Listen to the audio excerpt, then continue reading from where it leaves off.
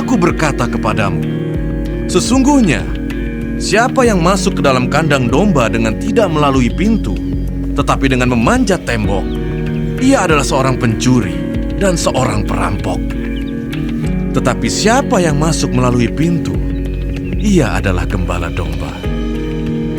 Untuk dia penjaga membuka pintu, dan domba-domba mendengarkan suaranya. Dan ia memanggil domba-dombanya masing-masing menurut namanya, dan menuntunnya keluar.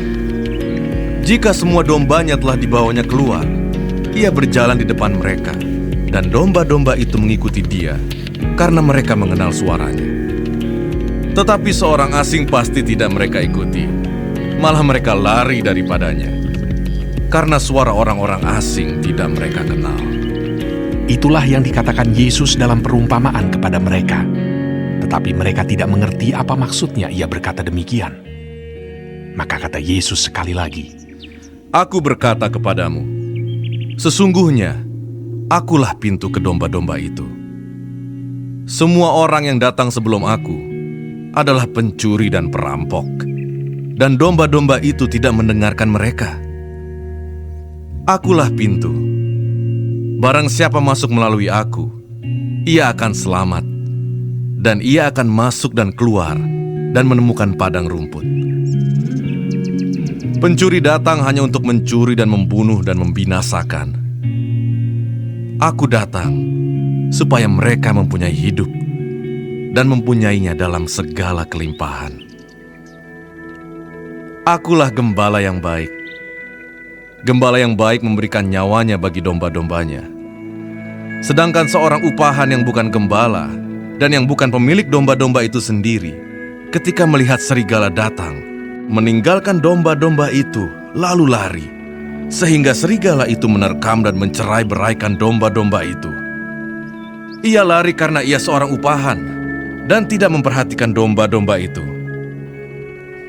Akulah gembala yang baik, dan aku mengenal domba-dombaku, dan domba-dombaku mengenal aku, sama seperti Bapa mengenal aku dan aku mengenal Bapa, dan aku memberikan nyawaku bagi domba-dombaku. Ada lagi padaku domba-domba lain yang bukan dari kandang ini. Domba-domba itu harus kutuntun juga, dan mereka akan mendengarkan suaraku, dan mereka akan menjadi satu kawanan dengan satu gembala. Bapa mengasihi aku, oleh karena aku memberikan nyawaku untuk menerimanya kembali. Tidak seorang pun mengambilnya daripadaku, melainkan aku memberikannya menurut kehendakku sendiri. Aku berkuasa memberikannya, dan berkuasa mengambilnya kembali. Inilah tugas yang kuterima dari Bapakku.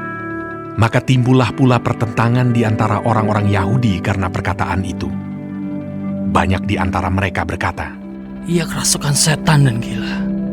Mengapa kamu mendengarkan dia? Yang lain berkata, Itu bukan perkataan orang yang kerasukan setan. Dapatkah setan memalingkan mata orang-orang buta? Tidak lama kemudian, tibalah hari raya pentahbisan Bait Allah di Yerusalem. Ketika itu musim dingin. Dan Yesus berjalan-jalan di Bait Allah, di Serambi Salomo.